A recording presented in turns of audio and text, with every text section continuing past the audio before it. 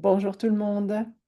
Alors, aujourd'hui, je vais vous partager à nouveau un morceau de mon histoire parce que je sais que dans mes mots, dans mon vécu, certaines et certains d'entre vous vont se reconnaître et que ça va pouvoir euh, vous aider vous aussi. Pendant plus de 15 ans, je pense que c'est depuis l'âge de 42-43 ans, je souffre d'urticaire géant. Au début, c'était très violent, c'était des crises aiguës. Ma peau explosait vraiment. J'ai même fait un œdème de quin qui a fait que ma tête a doublé de volume, je ne savais plus respirer, j'étais emmenée d'urgence à l'hôpital. Je pleurais tellement ma peau me faisait mal, en fait, tellement ça brûlait. Et puis avec le temps, ça a duré quelques années, des crises aiguës, et puis avec le temps, en fait, il s'est installé de façon chronique. Parfois avec des semaines, des mois sans plus en avoir, et puis ça revenait. Donc c'était quelque chose de plus doux, de plus calme quand même, mais quand même toujours toujours présent en tout cas. Et j'ai toujours su que c'était pas une fatalité, c'est pas une allergie, c'est pas alors si, une fois qu'il est installé, qu'il est chronique, certains aliments qui sont trop feu pour moi, mon corps va réagir parce que il est dans un mode inflammatoire, qui est un système de défense. Et l'urticaire à la base, il faut savoir que c'est ma mère qui en a. Ma mère, heu, a un vécu pas piqué des verres. Ça a été une enfant battue par ma grand-mère, battue, maltraitée, pas nourrie, pas toujours, et ma grand-mère a vécu la même chose et ma mère a fait vivre la même chose à ma sœur, à une de mes sœurs. Ça, c'est pour mettre le contexte parce que l'urticaire est lié à cette violence transgénérationnelle, à ces non-dits, à ce non qui ne peut pas être dit, d'accord? Et donc, chez moi, il s'est manifesté dans une relation, heu, une relation amoureuse toxique, empreinte de manipulation, de domination, et c'est mon corps qui disait: «Stop», en fait. Là où moi, je n'osais pas dire: «Stop, je n'en veux pas», ou je le disais et puis je me rétractais parce que j'avais peur, c'est mon corps à un moment donné qui disait: «Stop, basta». Et j'ai toujours senti, j'ai toujours une bonne sensation. C'était vraiment un mécanisme de défense chez moi. Je voyais carrément des pics métalliques sortir de ma peau. Je veux dire, j'ai toujours été très visuelle, avoir des images quand je cherchais une symbolique à quelque chose. Je ne savais juste pas comment apaiser et libérer, ces crises. Et puis en explorant, parce que pendant des années j'ai cherché à tout niveau, hein, au niveau alimentaire, au niveau j'ai fait des tests, bien évidemment allergiques et compagnie, on n'a jamais rien trouvé, les médecins n'ont rien trouvé puisque c'est somatique. Donc c'est lié au transgénérationnel du côté de ma mère. Et comme je vous l'ai dit, comme par hasard, ma mère en faisait, elle est enceinte de moi, terminé. Donc j'ai pris la charge karmique qui était là. J'ai pris ça comme pour soulager ma mère.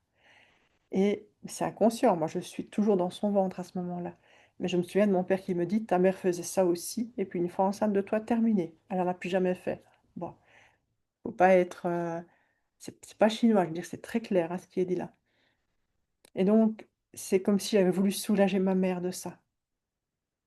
Et c'est toute cette douleur liée du côté du transgénérationnel maternel qui était non exprimée, qui a pas pu être exprimée correctement, pas pu être guérie en fait. Et elle s'était inscrite, elle s'était imprimée dans mon corps et ça n'attendait que le moment de pouvoir sortir et s'exprimer. Et la relation en question a servi à ça, en fait.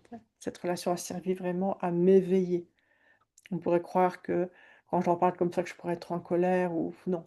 Non, non, il y a longtemps que j'ai compris que, voilà, j'ai croisé le chemin de cette personne parce que c'était la personne idéale pour moi à ce moment-là, pour venir me choquer, pour venir me maltraiter suffisamment, pour me pousser suffisamment à bout et de manière très subtile, de manière homéopathique, pour qu'à un moment donné, ça explose. Et ça a explosé avec l'urticaire chez moi. Je veux dire, c'est resté de l'ordre somatique. J'étais trop imprégnée de cette charge karmique de peur, de violence. Voilà, j'étais pas mûre à l'époque pour pouvoir transmuter ça. Et donc, j'ai fait un retournement intérieur. Ça fait longtemps que je fais ce voyage intérieur à l'intérieur de moi.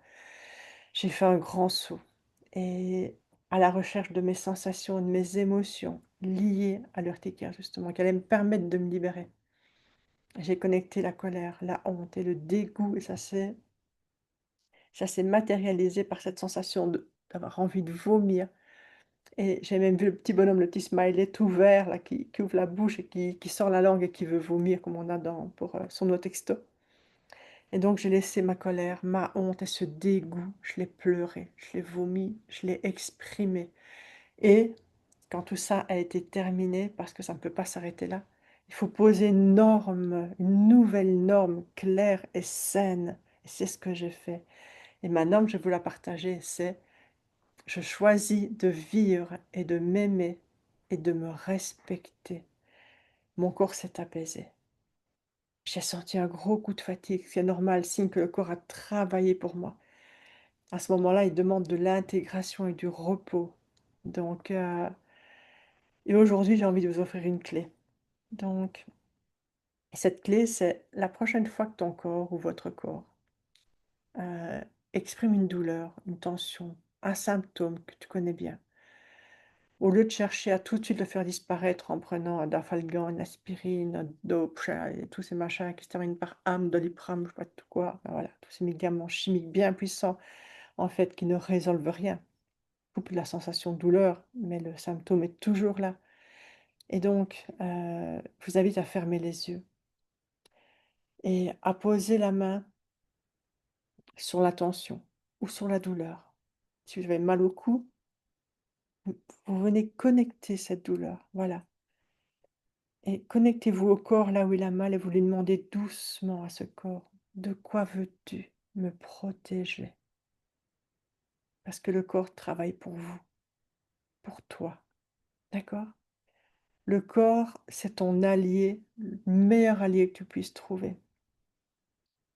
Et donc, quand il y a des manifestations de douleur, de maladie, c'est le corps qui veut te protéger. Demande-lui de quoi il veut te protéger et écoute ce qui vient.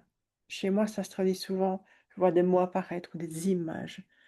Heu, j'ai beaucoup de sensations. Il y a des gens qui vont peut-être entendre qu'on leur dit quelque chose ou qui vont avoir un flash, peu importe comment ça fonctionne. Demande à recevoir le message et attends, tu vas le recevoir. Le message ne doit pas venir de la tête. C'est quelque chose, tu lâches le mental, tu fermes les yeux et tu vas dans le corps et tu sens. Et c'est la première chose qui vient, une couleur, une forme, un mot qui apparaît, peu importe. Ton corps n'est pas là contre toi, il est là pour toi. Et ensuite, tout comme moi, tu vas poser une nouvelle norme. Donc, la mienne, je vais te la répéter. J'en avais même pris 2. Moi, Nancy. Donc tu peux commencer comme ça. Moi. Et tu donnes ton prénom. Je choisis, c'est un mot très important. C'est un code puissant. Je choisis aujourd'hui de vivre ma propre vie, une vie de bonheur et d'abondance illimitée. Et toi à présent, qu'est-ce que tu choisis pour toi? N'hésite pas à laisser un commentaire sous la vidéo. Euh, La clé concrète ici, c'est la pratique d'entrer en relation avec le corps comme un allié protecteur, en lui posant des questions précises. Je te souhaite une très très belle journée et de nouveau, je vais faire une courte méditation pour t'aider à accéder à ton corps si tu n'es pas encore habitué à le faire. Très belle journée à toi.